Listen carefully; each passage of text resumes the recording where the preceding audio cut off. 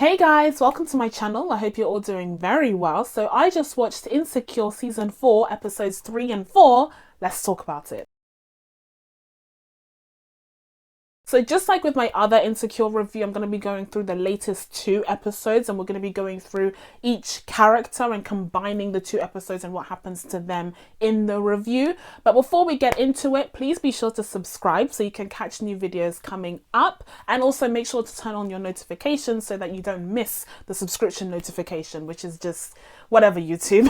Anyways, without further ado, let's get right into this one because I'm exhausted and I still need to edit 2 videos. So first things first, we have the character of Issa. Now in my previous review, I talked about how proud I was for Issa because she seems like she's finally getting it together. She's fully invested in this block party and arranging it and organizing it and getting talent for it. And I think that's just amazing. And like I said in my previous review, I feel like this is something that she could pursue career-wise, so she could actually get some money whilst doing this, because it seems like for the very first time she's actually passionate about what she's doing as well as being really good at it. But this episode saw all of the main characters splitting up and celebrating Thanksgiving in their own little corner. Now there is this key scene in episode 3 where Molly and Issa are going grocery shopping and they're talking about their plans for Thanksgiving, and Molly and Issa apparently have this tradition where they have pie together for Thanksgiving. So after all of the celebrations have taken place with their families, they can come together and eat some pie, which sounds amazing. And it definitely sounds like something that Issa would very much be into, considering that this year she's going to be spending Thanksgiving with her crazy family members as well as the addition of her mum's new boyfriend. I think he's a new boyfriend, maybe he's already been around, but she's not a huge fan of him, and so she's reluctant to partake in the Thanksgiving festivities with him. But during the grocery store conversation, we actually get this key moment where Molly and Issa are kind of going at it against one another, but in a very passive aggressive way. Like, they're not fighting, but they're kind of nipping at one another, and they actually draw attention to this and they say, like, we haven't been right lately, like something's off between us and we need to figure out how to get to where we were before in a much more amicable place, because right now our friendship isn't doing so well. And so they agree to talk about their issues and what the hell is going on during Thanksgiving over some pie, which again sounds amazing. But unfortunately that doesn't come to pass because there ends up being some family drama on the day, and her mum's boyfriend ends up slipping on some gravy and he has to be taken to hospital. And instead of sticking around and waiting for the other family members to arrive, Issa and her brother are like, peace out, we're going to a Mexican restaurant so we can spend Thanksgiving over there. Now I really enjoyed the interactions that we saw between Issa and her brother. I think it's one of the first times that we saw them really talking without insulting one another, because her brother can be harsh, her brother can be ruthless when it comes to the way that he speaks to his sister. But this episode very much felt like they just stripped all of that away and he was just talking to her, human being to human being, brother to sister, and it very much felt like she took on board a lot of what he was saying, perhaps to her detriment, which we'll talk about when it comes to her whole interactions with Molly, because a lot of the interactions that she has with Molly, well, all of them on Thanksgiving Day, take place through the phone. And so there is a lack of emotionality there because Molly doesn't really know the full extent of the situation that Issa is dealing with. She just says, oh, there's some drama going on, you know, I can't really make it to your house. She doesn't really explain herself, and that's a common theme when it comes to this show and when it comes to their friendship. But in that episode it was made very clear that Issa was kind of hearing what she wanted to when it came to the advice that her brother gave her, because whilst he had a valid point, like people should take you as you are and you shouldn't have to change yourself and you shouldn't have to do anything that makes you too uncomfortable, sometimes those conversations are necessary though.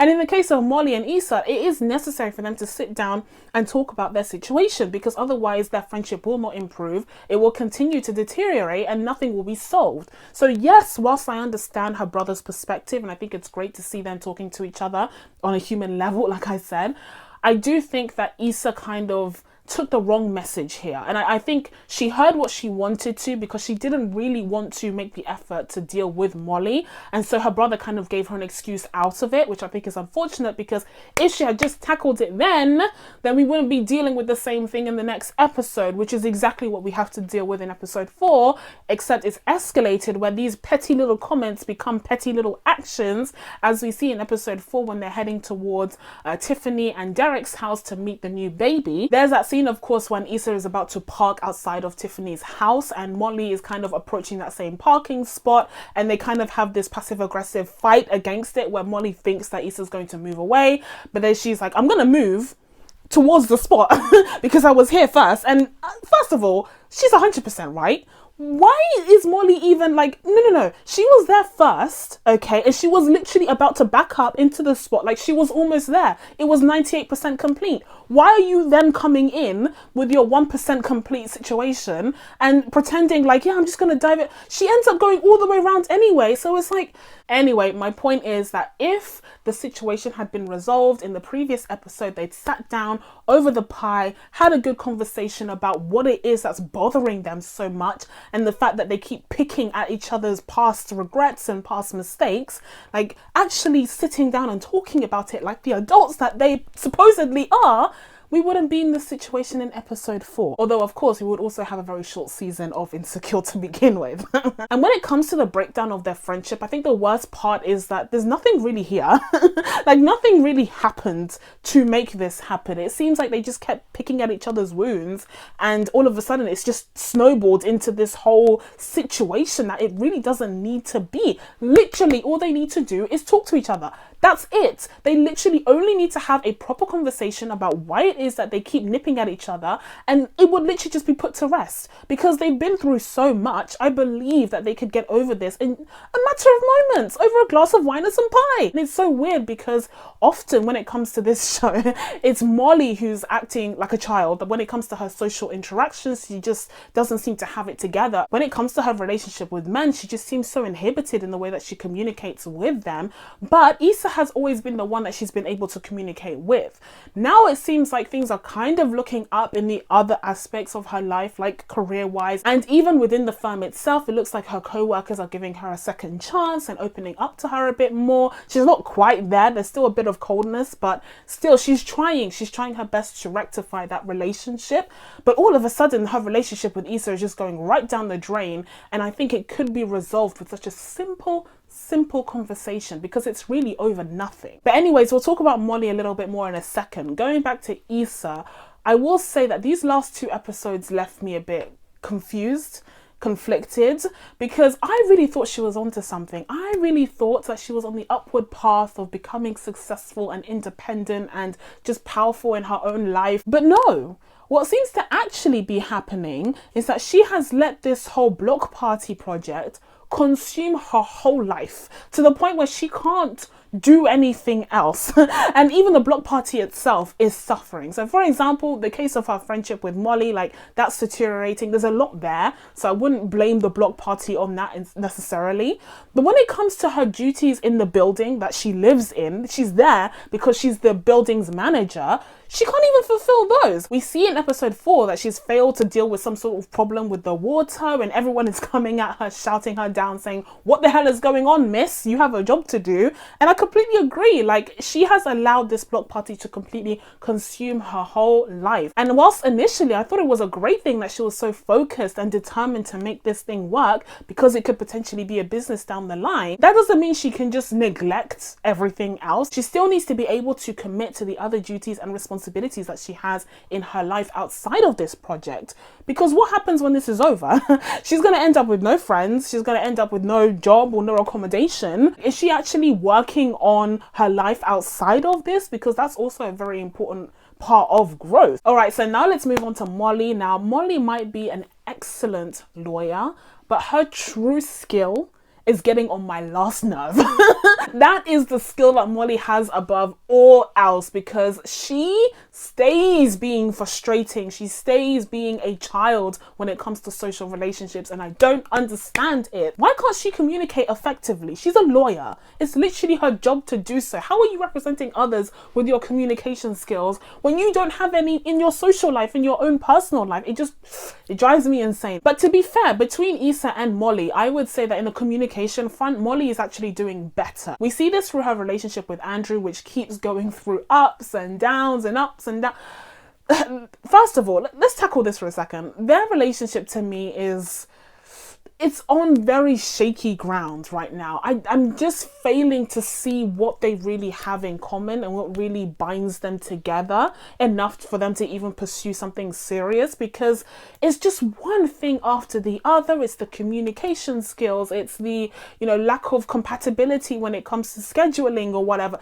That was a dumb excuse on Andrew's part. He was like, our schedules don't match up, so therefore we can't date. But to me, it speaks to a bigger issue of him just being fed up of there being so many boundaries and stops and starts when it comes to their relationship, that he just doesn't feel in it. You know, like if he really wanted to pursue her, he would make it work. Like he would understand when it comes to her work schedule, and he wouldn't hold it against her the way that he did here.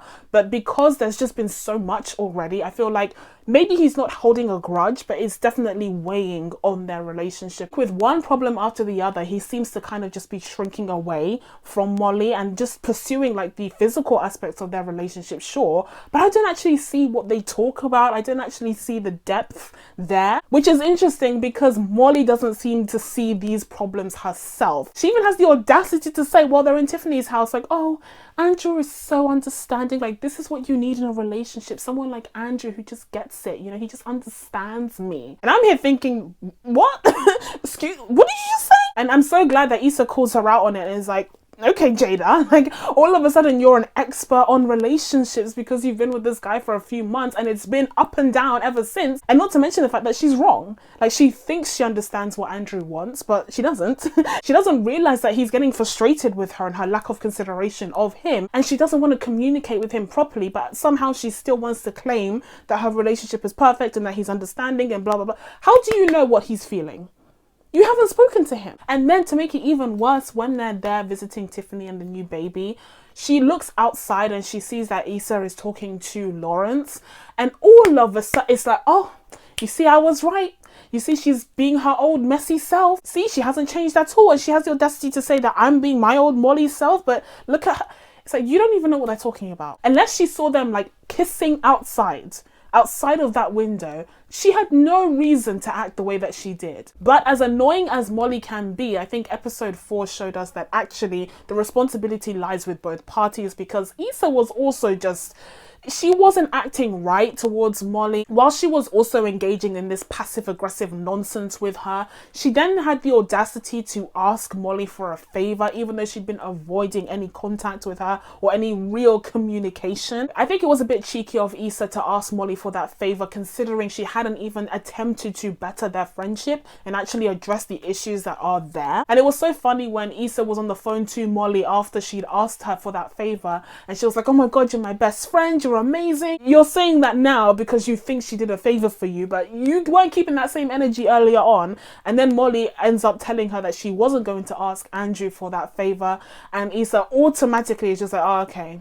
like she's disappointed. And it's like, first of all, when you asked, there was a risk that she would say no, so don't expect that she would 100% for sure say yes. So the fact that she was looking like, what, like she actually said no to me, like, yeah, there was a chance that she would say no to you. And secondly, considering how you guys have been at each other's throats for the last few months or so, you should have at least dealt with the problem that you had before asking her for favors. But at the same time, Molly, being the excellent communicator that she is, instead of telling Issa like, no, I think we should resolve what we have going on before I start doing favors for you, like we're not at that place right now, or perhaps telling her like, actually me and Andrew are in a rocky place right now and I don't want to be asking him for favors because we literally just got together again and I don't want to seem like I'm using him for that favor, like something along those lines. Imagine using words, imagine that. But no, instead we get, oh, I just want to separate us, like I want to separate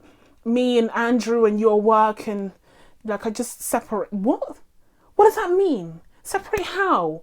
What are you talking about? So yeah, I'm definitely interested to see where Molly and Issa's friendship goes for the next few episodes. I'm hoping that we're going to get a big moment where their relationship just breaks down and it's, you know, irreparable. I really think that there should be a dramatic event that takes place to really define the end of their relationship, at least for now. Because right now what we're getting is like quibbling and, you know, petty stuff that doesn't really amount to the end of such a close friendship. Finally, let's talk about Laura Lawrence for a second here. So he actually got a bit more play in episode 3, where we saw that he ended up going to Condola's Friendsgiving. By the way, in my previous review, I kept calling Condola Consola, I believe.